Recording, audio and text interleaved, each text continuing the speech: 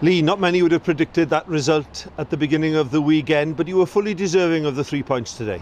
Yeah, I think we deserved it. I think we could have scored a few more goals as well, especially in the first half. It's a really good game at times to watch for the sort of the non-fans or the neutral.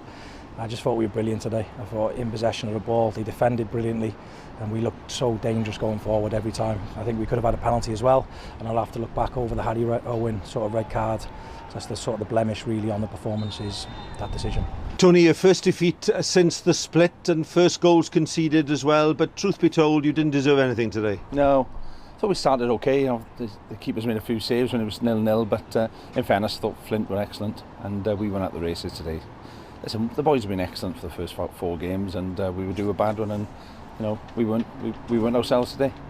Well, Darren Stevenson, you are Scorio's player of the match today. Many congratulations. 2 late goals to win the points. Thank you very much. That was a great game to actually win as well. I think we've been performing a bit like that up and down, but we knew that our form will come good, and we said today the perfect chance to actually take it. And not many get the better either of the Hwlffordd midfield, but I thought Jake Canavan and Ben Hughes were outstanding.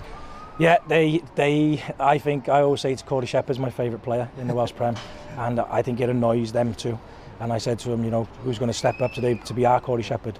And I really thought all 3 of them were brilliant. Jack Vaughan as well does all the ugly stuff that those 2 go and look the pretty ones. But Ben Hughes and Jake Canavan are very, very talented football players alongside Sheps. You did get the best possible start to the second half, the penalty by Ben Armand, but couldn't build on that. No, you think when you get that bit of luck in the first minute that we'd go on and gain some confidence. Because when we passed the ball well, you know, we did make chances in the first half, but again the keepers made saves. But second half especially, we just didn't get any flow to our game, and in fairness to Flint, like I said, they pressed high and got the rewards from that. And of course now you've opened a 7-point gap between yourselves and Bala at the bottom. Oh yeah, that's brilliant. That's kind of what we were focused on this week. Just make sure every game we try and get either 3 points or a point at least, and then just keep making that gap bigger and bigger. We seem to find a really good formula in phase 2. It was exactly the same last year.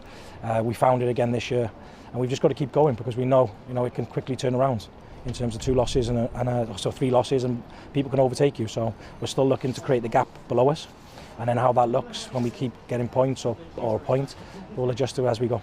And one piece of good news from the week: Cody Shepherd signed his new contract.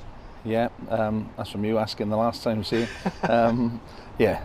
You know, we're pleased that Sheppy is staying for another 2 years. You know, there'll be more conversations with other boys over the coming weeks. But yeah, it was important that we got Sheppy to stay. You know, he's a big part of our team, has been since I've been here, and long may that continue. You worked so hard up front on your own. The conditions were so difficult. You took your goals so well. Talk us through both of them. Well, the first one, I could see the man going in front of me. I thought I'd give him a little easy one, compose my touch, and then just obviously finished it off. Second one, I seen his shot and I thought there's not enough pace on that. I need to give it a little flick, so I thought I'd add to it.